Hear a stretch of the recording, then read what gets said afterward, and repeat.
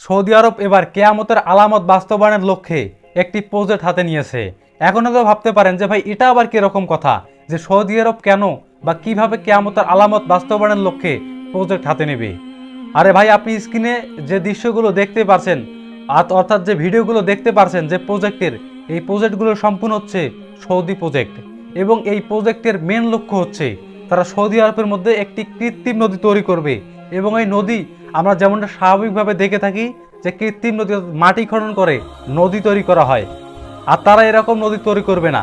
আর তারা মাটি খনন করবে ঠিক আছে, কিন্তু তারা সেখানে পাইপিং করবে, অর্থাৎ পাইপ বিছিয়ে গোটা সৌদি আরব জুড়ে পানি সরবরাহ করবে। এবং তাদের লক্ষ্য হচ্ছে তারা সম্পূর্ণ মরুভূমি জুড়ে অর্থাৎ গাছ লাগাবে এবং বিভিন্ন ফল ফলাদি বলেন বা বিভিন্ন ফসল উৎপাদন করবে। এবং এখান থেকে তারা বিভিন্ন বৈদেশিক মুদ্রা অর্জনও করবে, তারা এরকম পরিকল্পনা করেছে।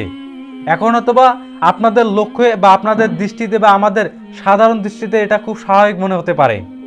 এখন আপনাদেরকে একটা কথা মনে করে দেই, আমরা কিন্তু হাদিসের মধ্যে একটা জিনিস পেয়ে থাকি যে ততদিন পর্যন্ত কিয়ামত সংগঠিত হবে না যতদিন না সৌদি আরবের এই মরুভূমিগুলো সবুজ শ্যামলিতে পরিবর্তিত না হয়ে যাচ্ছে।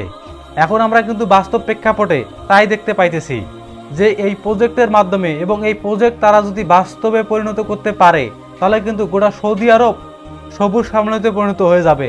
আর হাদিসের মধ্যেও কিন্তু এটা বলা রয়েছে যে ততদিন পর্যন্ত কিয়ামত সংগঠিত হবে না যতদিন না এই গোটা মরুভূমি সবুজ শ্যামলিতে পরিণত হয়ে যায়।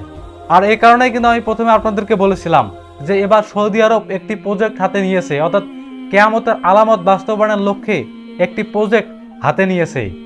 এখন আপনারা কমেন্টের মাধ্যমে জানাবেন যে এটা কি সম্ভব যে সৌদি আরব গোটা মরুভূমি জুড়ে এরকম সবুজ শ্যামলে পরিণত করতে পারবে, নাকি তারা শুধুমাত্র চেষ্টাই করে যাবে।